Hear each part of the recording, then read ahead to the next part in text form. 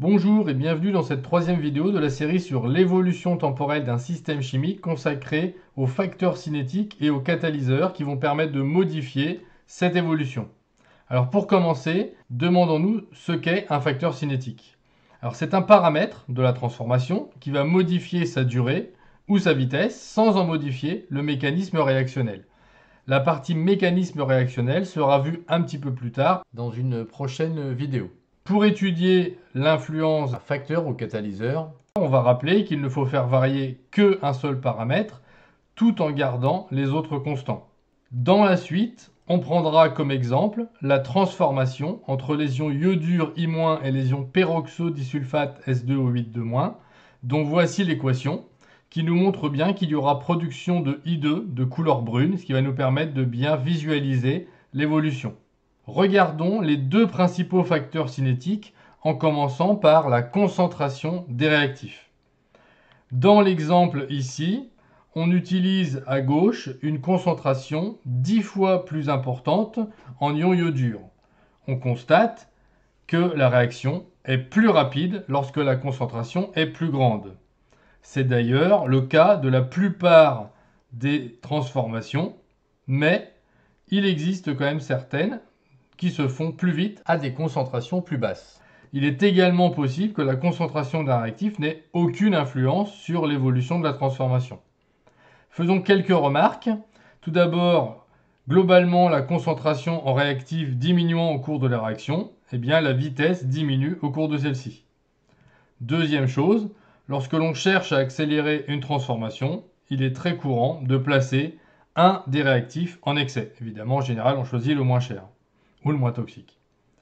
Observons maintenant l'influence de la température du milieu réactionnel. Cette fois, on travaille avec les mêmes concentrations, mais à des températures différentes. On constate que c'est à la température la plus élevée que la réaction se fait le plus rapidement.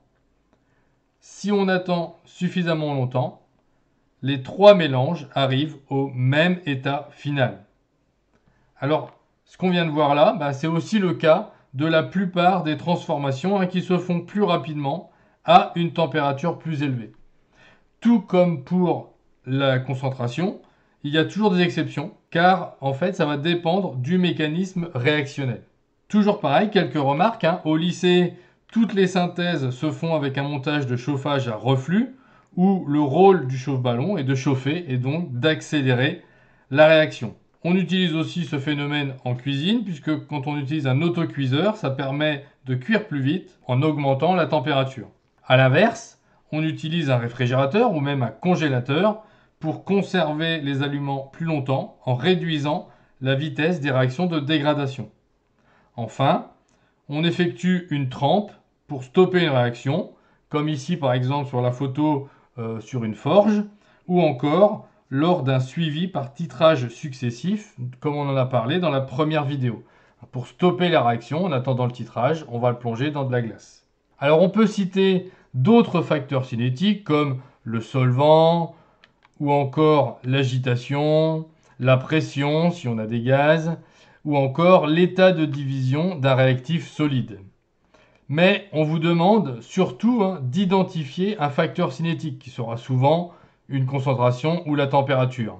On vous demande de l'identifier à partir de résultats expérimentaux, c'est-à-dire souvent des choses présentées sous forme de graphiques qu'il faudra exploiter, comme on l'a fait dans la vidéo précédente. Passons maintenant au catalyseur.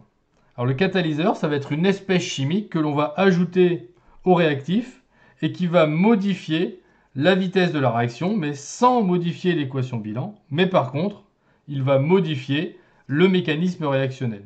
Alors s'il n'apparaît pas dans l'équation bilan, mais qu'il agit quand même, ça veut dire qu'à un moment, il va être consommé dans une réaction, puis régénéré à un autre moment. On distingue la catalyse homogène, où les réactifs et le catalyseur sont dans la même phase. Alors souvent, ça va être les deux en solution ou alors les deux en gaz. Ici, on a l'exemple des ions Fe3+, pour la décomposition de l'eau oxygénée. De la catalyse hétérogène, où cette fois-ci, les réactifs et le catalyseur sont dans des phases différentes.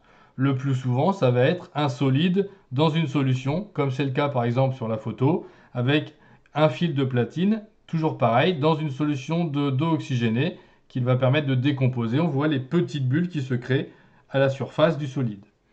Un autre cas très courant, c'est le pot catalytique, qui va être donc un solide qui va agir sur les gaz d'échappement pour permettre de les transformer en des choses moins toxiques. Enfin, on peut aussi parler de la catalyse enzymatique, où cette fois-ci le catalyseur est une enzyme, c'est-à-dire une protéine. Ici, par exemple, on utilise la catalase qui est contenue dans le navet, par exemple, et qui va aider à décomposer l'eau oxygénée. Alors, la catalyse enzymatique, elle est quasiment dans tous les procédés biochimiques, donc c'est très courant. Voilà, ça sera tout pour cette vidéo. Je vous remercie, à bientôt et au revoir.